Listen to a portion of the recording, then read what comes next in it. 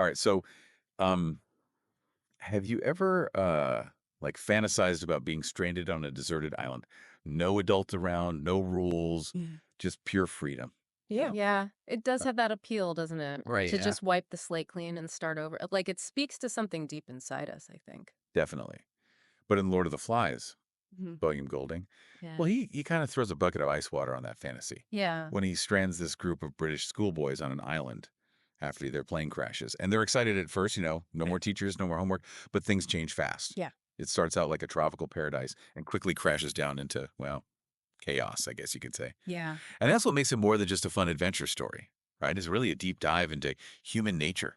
Exactly. What makes us tick as humans. That's what makes this book so fascinating. It makes you question everything you thought about civilization, Hmm. good and evil.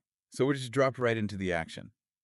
These boys are on this pristine island, palm trees, crystal clear water, Mm. like a postcard. Mm-hmm. And their first instinct is to create order, build a society. Yeah, which is interesting because they could have easily just fallen into chaos from day one, Right, right? right. But instead, they elect Ralph as their leader. They set up rules. They even have this conch shell Oh, yeah. that represents order and who has the right to speak. That conch. Yeah, Yeah, it's such a powerful symbol, don't you think? Like it represents their attempt to hold on to civilization, the rules of the world that they left behind. it does. But even from the beginning, there are cracks in this idyllic facade. Like, think about Piggy, for example. He's the one who says, hey, let's use the conch. Let's be logical. Right. But he's also the one immediately ostracized. Yeah. He's overweight, wears glasses, doesn't fit in with these ideal island boys. Yeah, and you can see how much he wants to belong. Yeah. He clings to that conch and to the rules because he thinks they'll protect him. And it's so interesting how Golding contrasts Piggy with Jack. Right. Jack is the charismatic one, Hmm. the leader of the choir boys, drawn to the hunt to power. Remember that early scene where he pulls out his knife? Oh, yeah? Golding writes, he twitched the knife out of the sheath and slammed it into a tree trunk. Wow. Even at this early stage, there's this undercurrent of violence associated with him. So it's like Golding is saying, look, there are two paths these boys can take. The path of order and reason, represented by Piggy, or the path of primal instinct and power, represented by Jack. And this island, this testing ground, with all its beauty and danger, becomes the backdrop for this battle between the two paths. Yeah, and it's not as black and white as you might think. Even Ralph, who starts out as a symbol of leadership and reason, he's drawn to the island's seduction too. He's not immune to just letting go. And then there's the beast.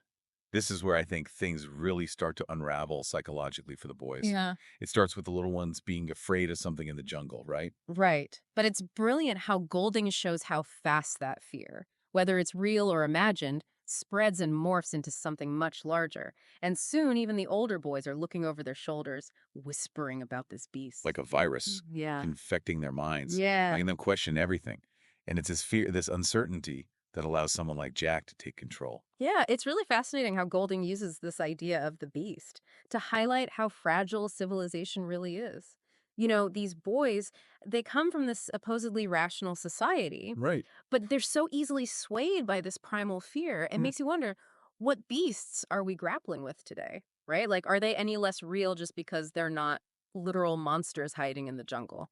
Oh, man, that's a good question. Yeah. And it's like that fear, that need for security. It makes them vulnerable to someone like Jack who's willing to exploit it for his own gain. Exactly. And the more chaotic things become, the more appealing Jack's message of power and instinct becomes. He promises them safety, a release from that fear, but at what cost? Which brings us to kind of a turning point in the book, the hunting of the sow. We've already seen Jack and his hunters neglecting their duties, choosing to hunt instead of keeping that signal fire going, the one that could get them rescued. Right. That fire was their connection to civilization, their hope of rescue. But as they slip further into savagery, that fire, it literally and figuratively starts to die out. And then there's that scene where they kill the sow. Yeah. Golding describes it in such graphic detail, like it's brutal, almost ritualistic. They're painting their faces, chanting. It feels like something primal has been unleashed. It's not just about food anymore, right? At this point, it's about power, giving into these darker impulses. And what's really chilling is that they seem to enjoy it. Golding writes, the air was heavy with unspoken knowledge, and that's where things really shift. They've crossed a line. There's no going back. And this is where poor Simon comes in. He's been kind of an observer this whole time, quiet, thoughtful, and he seems to get the island and the beast on a whole other level. He has this realization that the beast isn't some monster out in the jungle. It's something inside them. And he tries to tell everyone. He comes stumbling out of the jungle, desperate to tell them the truth. But they're all caught up in this frenzied dance, chanting, "Kill the beast, cut his throat." They aren't thinking clearly. They're being controlled by fear, by this mob mentality. And they kill him. Oh. They literally tear him apart. It's such a gut-wrenching scene. It shows just how far gone they are. And it's even more tragic because Piggy, who's always been the voice of reason, he tries to rationalize it. He says it was an accident. They were scared. But you can tell he's trying to convince himself as much as anyone else. Like, that last little bit of hope is fading.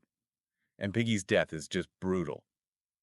Jack's tribe is completely taken over at this point. Castle Rock is theirs. The Kant, that symbol of order, it means nothing now. Yeah, and Piggy, bless his heart, he still thinks he can reason with them. He goes to Castle Rock clutching that conch to confront Jack, to try and talk some sense into him. It's heartbreaking because you just know it's not going to end well. And it doesn't Roger, who's become Jack's enforcer, the symbol of cruelty. He pushes a boulder off the cliff and it crushes. Piggy kills him instantly. And notice what happens to Piggy's glasses. They shatter his way of seeing clearly, of understanding the world. It's destroyed. It's like Golding is saying that in this descent into savagery, intelligence, reason, those are the first things to go. God, that image of those shattered glasses, it sticks with you. It's like this symbol of lost hope, the loss of everything they were trying to hold on to. Powerful, right? Like a destruction of their fragile civilization.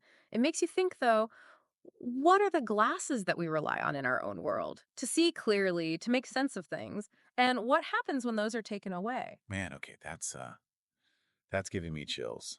And the thing is, it's not like these boys are totally clueless, right, Ralph? Even with all the grief and fear, he's horrified by what they've done. He weeps for Piggy and Simon for the loss of their innocence. Yeah, there's still a part of him, even after everything, that wants to believe in civilization, in being rescued and going back to some kind of order. Which I think makes the ending of the book hit even harder.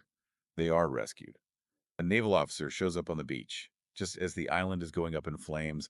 This officer, he's like a symbol of the adult world, law and order. It's ironic, though, isn't it? They finally get what they've been hoping for, this rescue, but it happens when they've completely fallen apart.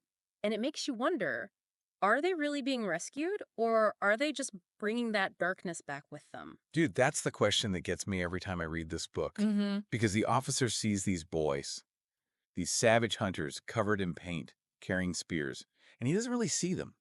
You know, he compares what they went through to Coral Island, that cheesy adventure story. It's like he's blind to the darkness inside them. It's easier to believe in a simple story than to face the hard truth. So where does that leave us? If this book is more than just a warning, if it's showing us the darkness inside all of us, what can we even do about it? It's kind of bleak. Not necessarily. I think Golding, in a way, he's challenging us. He's making us look at the darkest parts of ourselves, the parts we don't want to see, and saying, this is what you're capable of. But it doesn't end there, does it? Right. The question isn't whether the darkness is there. It's what we do with that knowledge. Do we let it consume us like it did Jack and his tribe? Or do we fight back? Hold on to our own conscience, our values, our principles, even when it's hard. It's a choice we all have to make every day. And it's not easy. There's no promise of a happy ending here. But maybe, just maybe, if we can admit that darkness is there, if we can understand that we're all capable of that savagery, then maybe we can start to build something better. A world where that signal fire of hope never goes out. Well said. That's what makes literature like Lord of the Flies so powerful. It sticks with you. It makes you ask the big questions, face the hard truths, and ultimately choose your path. This has been intense, but so thought-provoking. Yeah. It's definitely made me see this book and myself differently. Glad to hear it.